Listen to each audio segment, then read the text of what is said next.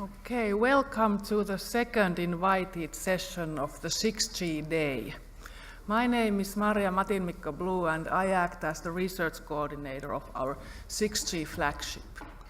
And this invited session is really special because the invited speakers have a really special role in this 6G flagship.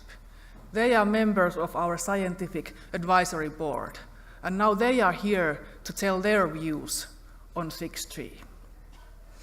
And our first speaker is Professor Zhisheng from Tsinghua University. Welcome.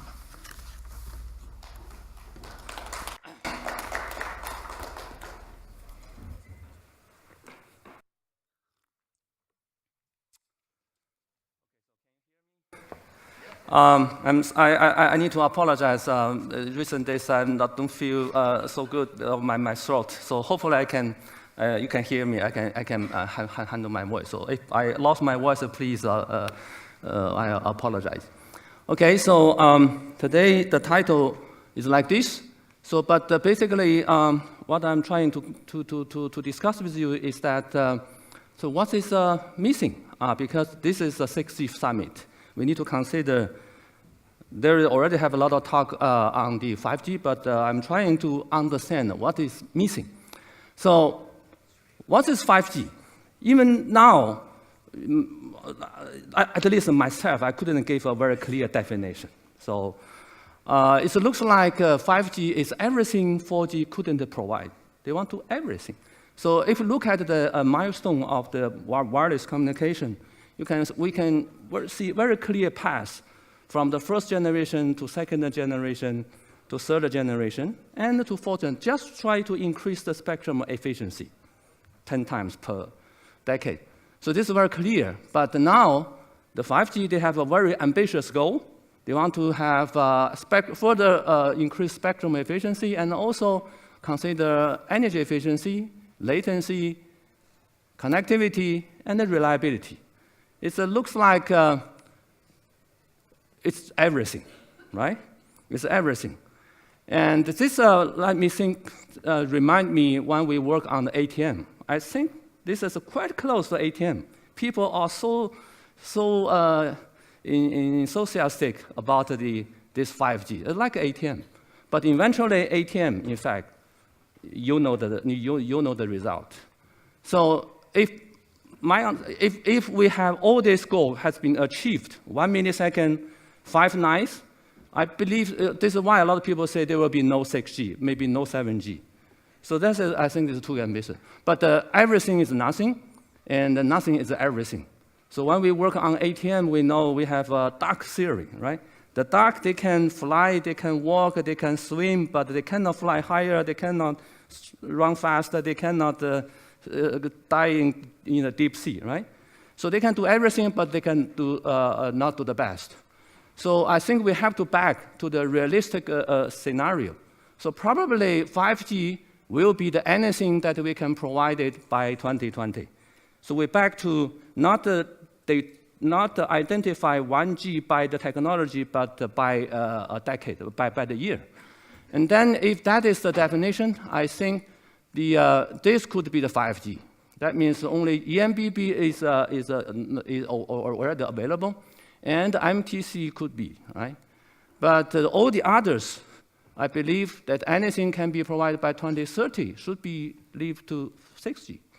So if we consider in this way, I believe 5G is still missing the full coverage and the UR/LLC and the energy efficiency. These are the 3 points that I believe we should leave more to the 6G. And this is, I think this is the list of our 6 Genesis program, flagship program.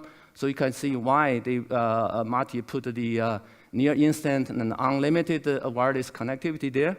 This here, unlimited, my understanding is that not only unlimited bandwidth, but also unlimited coverage.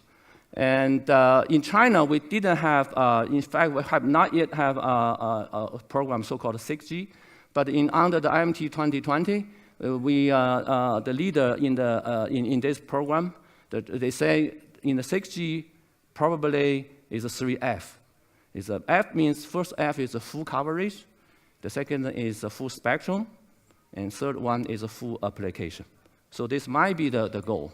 So if you look at this as a map of China, so you may consider China, in fact, the wireless coverage is very good compared with many other countries. But even though a lot of areas, in fact, are not covered yet.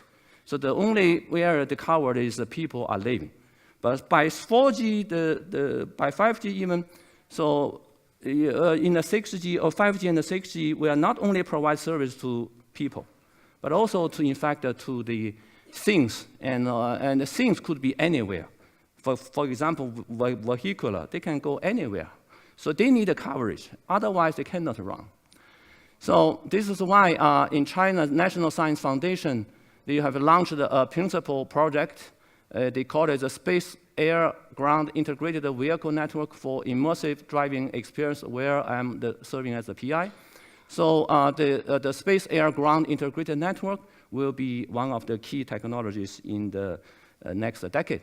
So here, of course, we need to have a lot of new technologies. For example, the high precision 3D localization in the scale of the centimeter, and the fusion of multiple dimension and multiple scale sensing information, and the near instant and the context information distribution in the millisecond. So this is the project. So by integrating all the platforms, but today I'm not going to talk these slides. So I personally believe URLLC will be the key technology for 6G.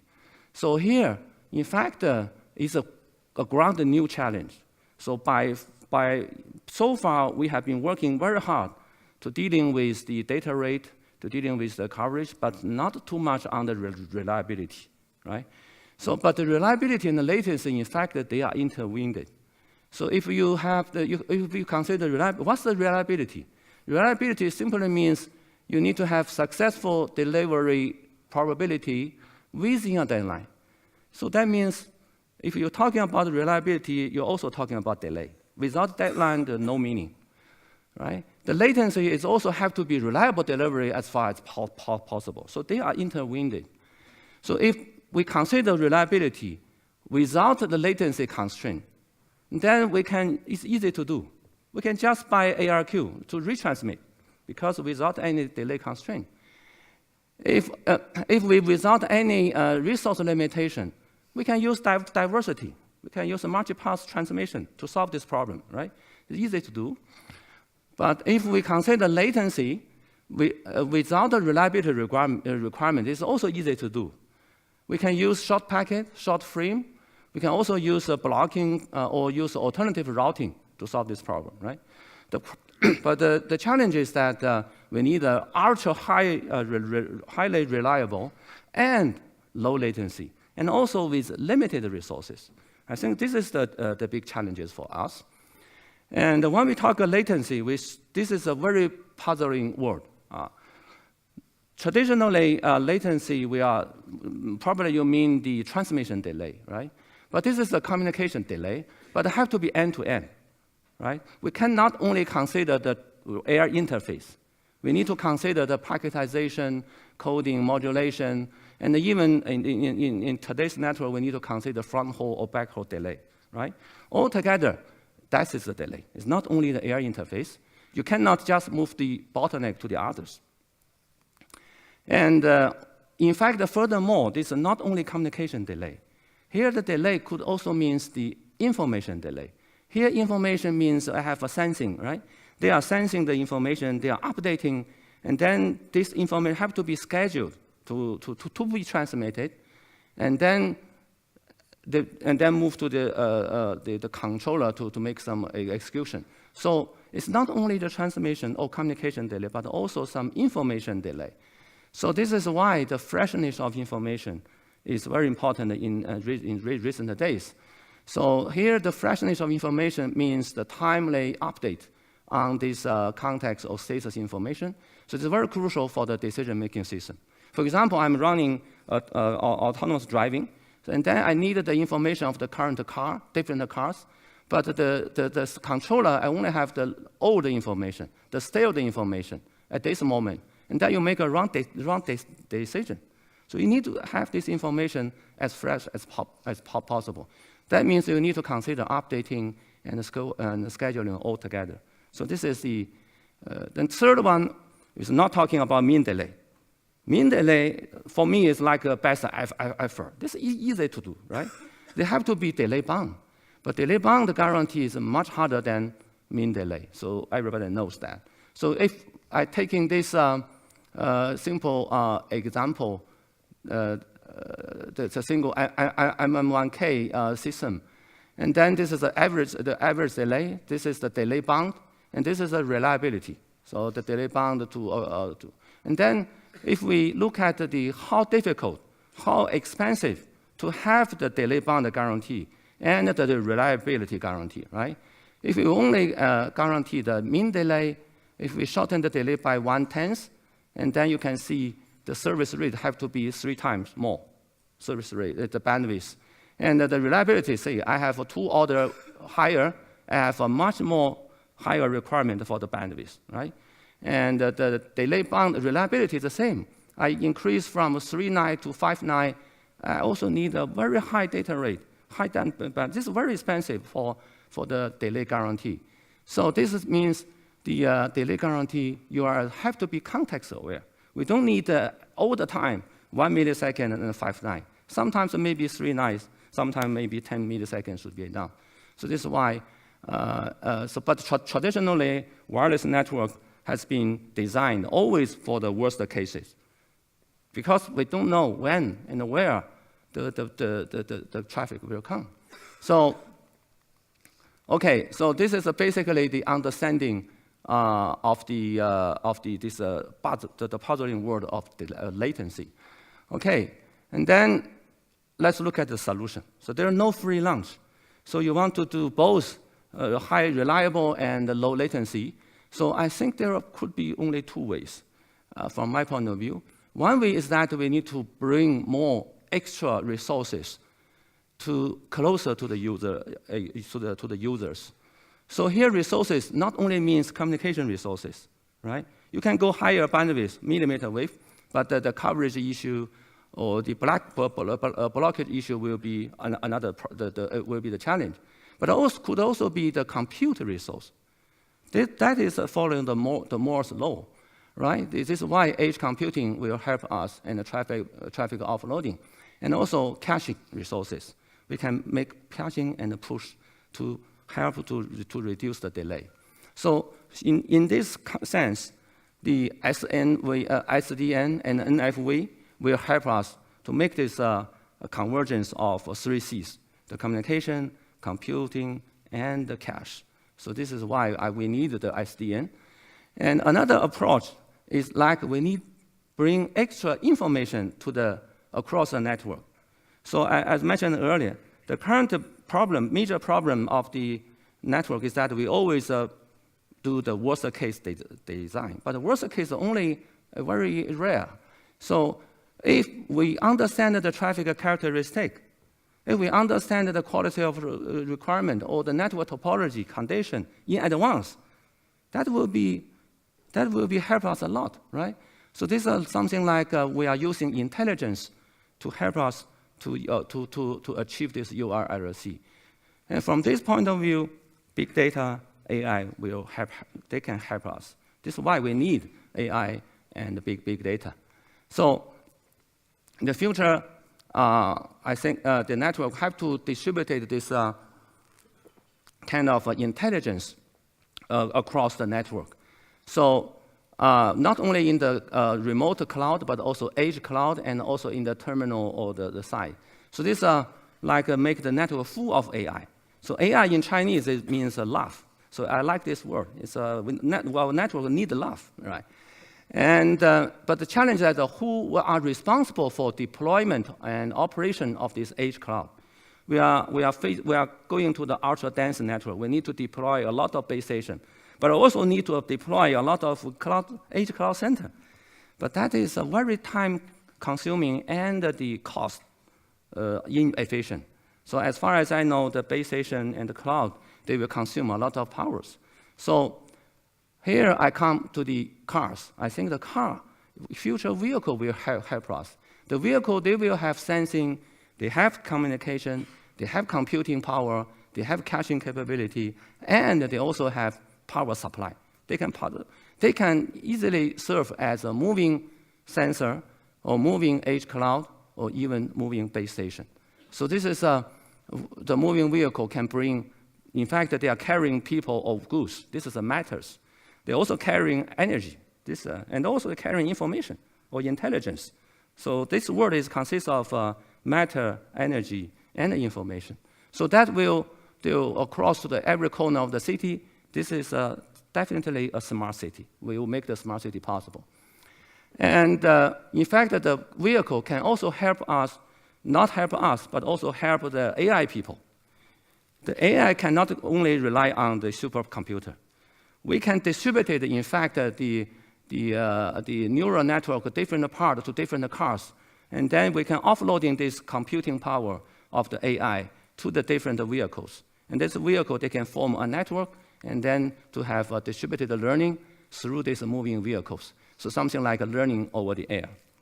Okay, so that means the intelligence can be augmented through these moving vehicles. So in the future, on the road, there will be a lot of service task vehicle, but also a lot of service vehicle. They will provide a computer service and a lot of other kind of services. So this is the title, why I named this title as Meet. So we need to find the opportunity on the road. The car is the opportunity. They can provide a lot of service to us. So the question is where and when to offload. Where can I find the opportunity? And how much gain can be achieved by this moving cloud? So, and in fact, the mobility has been considered as an enemy of the wireless communication because it can cause fading, cause a lot of things. But in fact, the mobility can be an opportunity. So these are two papers, a very good paper. They say the fast moving, they can improve the system performance, including in my group, I have two papers talking about the fast moving, they cause bursty traffic, they cause non-uniform traffic, but they will help us to increase energy saving gain. That means mobility is not always a bad thing, but also could be an opportunity. So, and then how can we use to exploit this opportunity? So we have been working on some technologies, and I cannot go details, but basically we can offloading our task to the vehicles and to get the better performance. But of course, too many vehicles is not always a good thing. We need to carefully to choose the number of vehicles. And we also have studied what should be the best intensity of the service vehicle. So we found that the optimal vehicle density could be slightly smaller than the traditional critical vehicle density to maximize the traffic efficiency. So we also done some simulation work. I will skip off them. So we used the real data from Beijing highway, and we simulated this scenario. We implemented our scheme, and we found that this performance is very good. So this is my probably the last slide. And in the future, I think the mobility will help us to improve the network intelligence and the network performance. And we also, in fact, can actively control the mobility of the cars. So we can control we can send a car to somewhere to cover the coverage hole. So in summary, in the future, 6G, the space, air, ground integrated network with moving intelligence will fulfill this 6G.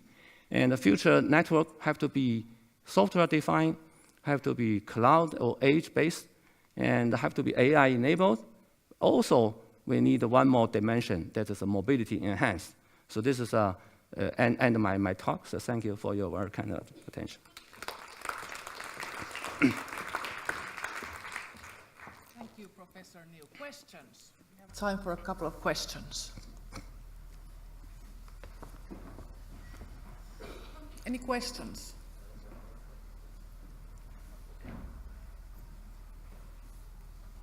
Yes.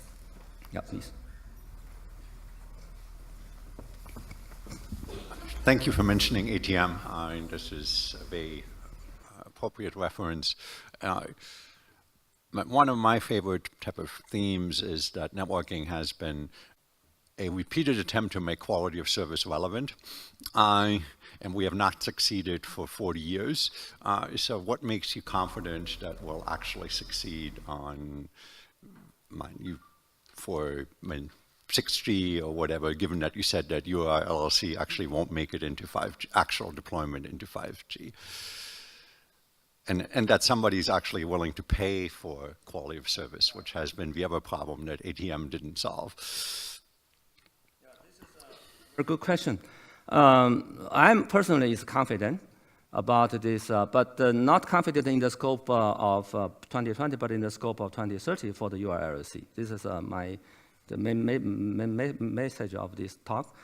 And about the problem could be, as you mentioned, could be the tariff system. So who will pay for this 1 millisecond 559? So today's challenge, the business model is paid by byte, but byte does not link to any delay guarantee. This is the best effort. But if you want to provide URLC, you can see that it's very expensive. You need a lot hard working, and then the cost will be going high. And who will pay for that? So in fact, I'm teaching in a class, I'm asking a student to think about the charging model of this kind of services. Yes, quality of services like nuclear fusion, always 20 years out. So. Right. Interesting. No other questions? Then let's give a big hand to Professor Neil. Thank you. Thank you. Thank you.